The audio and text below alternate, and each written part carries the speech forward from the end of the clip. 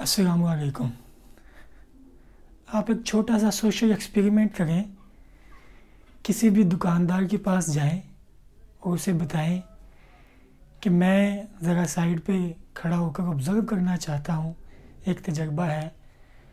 आपने क्या करना है कि जो भी नया कस्टमर आए, आप उसको असल कीमत ख़रीद बताकर उससे मुनाफा मांगें।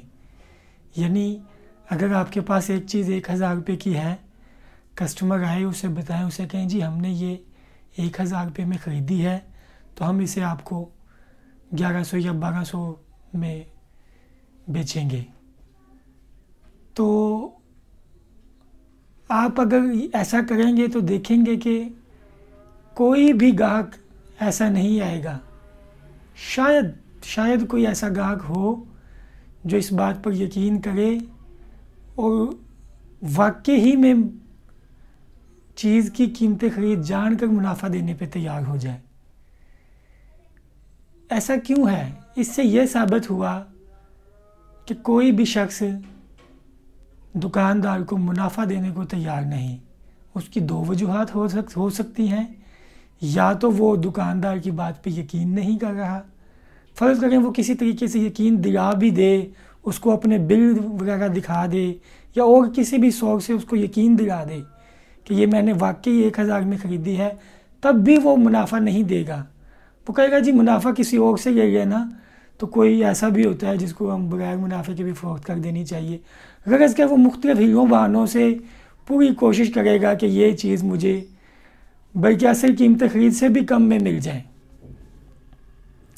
जिससे ये बात बिल्कुल साबित हो गई कि कोई भी शख्स किसी को मुनाफा देने को तैयार नहीं।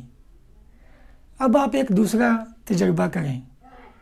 आप किसी पुराने और तजर्बाकार बिजनेसमैन या दुकानदार के पास जाएं और उसे बताएं कि मैंने एक बिज़नेस शुरू करना है, लेकिन मेरा स्टाइल ये होगा कि मैं उसमें जो चीज़ मैंने जितने की ख़रीदी होगी वो बताऊंगा और उसको बताकर उसका मुनाफा लेना चाहूँगा।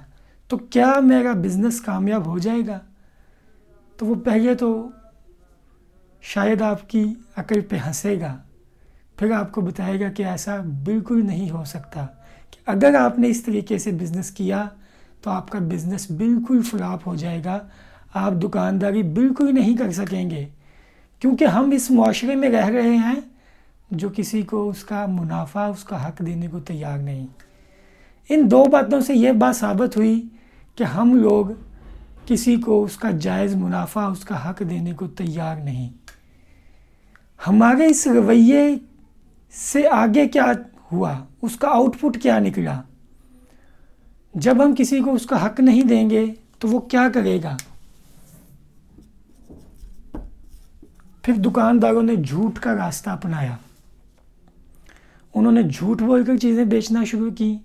नकली बिल भी बनवा लेते हैं, या गर्ज़ के कुछ लोग कस्में खा लेते हैं, या जैसा भी ग्राहक होता है उसको उसके मुताबिक उसको यकीन दिलाते हैं कि हम आपसे मुनाफा बिल्कुल भी नहीं ले रहे, हम तो बस जो है ना आपको बस आपके लिए ये रियायत है, बाकी लोगों को तो हम ये इतने में बेचते हैं चीज़, आपके लिए ये सस्ती है। हालांकि वो भी उनके लिए ग्राहक ही होता है, ना वाकिफ़ ही होता है। गरज़ के इस झूठ के उन्होंने मुख्तलिफ़ अंदाज़ अपनाए, लेकिन हमारा जो रवैया है किसी को हक़ ना देना, उसका मुनाफा ना देना, उसका सबसे पहला नुकसान तो ये हुआ कि उन्होंने झूठ बोलना शुरू कर दिया। फिर उस झूठ की आड़ में उन्होंने सिर्फ जायज़ मुनाफा लेने तक वो नहीं रुके, उन्होंने सुपर प्रॉफिट लेना शुरू कर दिया। यानी उन्होंने सोचा कि अगर झूठ ही बोलना है तो फिर क्यों ना हम सुपर प्रॉफिट लें। आगे चलें कि हमारे किसी को उसका हक़ ना देने से आगे क्या नुकसान हुए।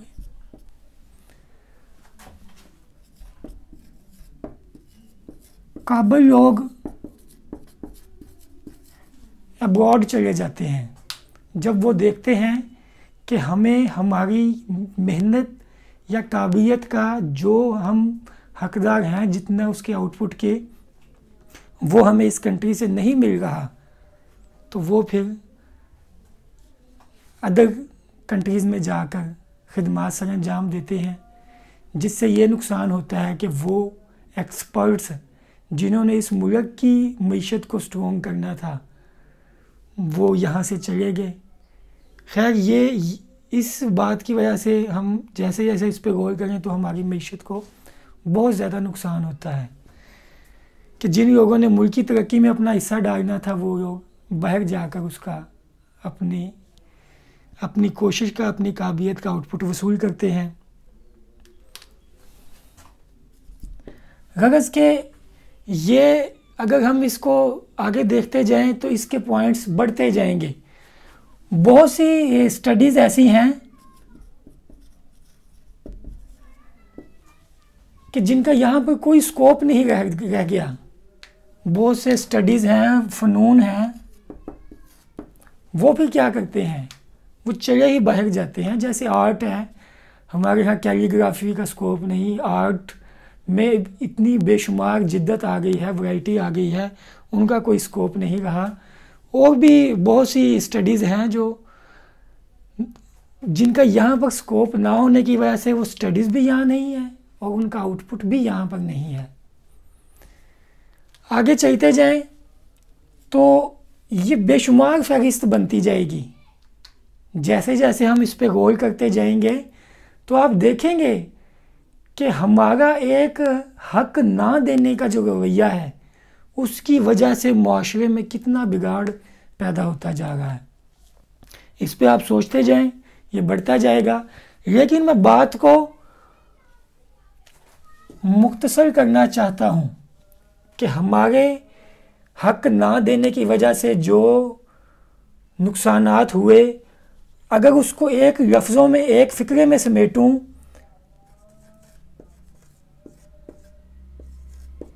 माशरे की तरक्की रुक जाती है। माशरा ग्रोथ नहीं कर पाता, क्योंकि जब हर बंदा इस बात को देखता है कि मुझे मेरा हक तो मिल जाए, लेकिन उसके ज़िम्मे जहाँ पे किसी का उसका हक वाजिब है उसको देना है, वो उस चीज़ के लिए तैयार नहीं, तो इसके इतने ज़्यादा नुकसानात हैं कि हमारा माशरा रुक गया। अगर किसी तरीके से, मैं नहीं जानता कि ये कैसे होगा, ना भी मैंने सोचा है, वैसे ये हमारे माहिरीन का काम है कि वो ऐसी स्कीमें, ऐसे प्लान, ऐसी पॉलिसियाँ तरतीब दें कि अगर वो किसी वजह से हमारे माशरे को, हमारे अफराद को इस बात पे कायल कर लें कि हमसे जुड़े हर बंदे को उसका हक देंगे, तो आप देखेंगे कि माशरा कैसे तरक्की करता है। फिर हम भी अंडर डेवलपमेंट से निकलकर एक डेवलप्ड कंट्री बन जाएंगे। चूँकि आप ये मत सोचें कि अगर ये काम हुकूमत करेगी, वो पॉलिसियाँ देगी तो हम अपना रवैया बदलेंगे, ऐसी बात नहीं। इंसान की ज़िंदगी, इंसान होता ही वो है जो दूसरों के लिए जीता है। तो हम कोशिश ये करें कि हमें अगरचे हमारे हकूक़ गवर्नमेंट की तरफ से या हमसे जुड़े अफराद की तरफ से नहीं मिल रहे, लेकिन हमने अपने से जुड़े हर फर्द को उसका हक देना है। हम ख़रीदारी करने जाते हैं, किसी से उजरत तय करते हैं किसी काम की, तो देखें कि उसका हक क्या बनता है, आप उसका हक दें। इससे आपकी ग्रोथ होगी, आपका किरदार मज़ीद बुलंद होगा। अल्लाह ताला आपके किरदार में, आपके सोच में मज़ीद वुस्तें और बुलंदियाँ अता करेगा। ये मत सोचें कि हुकूमत ही पॉलिसियाँ नाफज करेंगी तो हम करेंगे। आप अपने तौर पे करेंगे तो उसका आपको भी 100% और बेहतरीन रिज़ल्ट मिलेगा इंशाअल्लाह।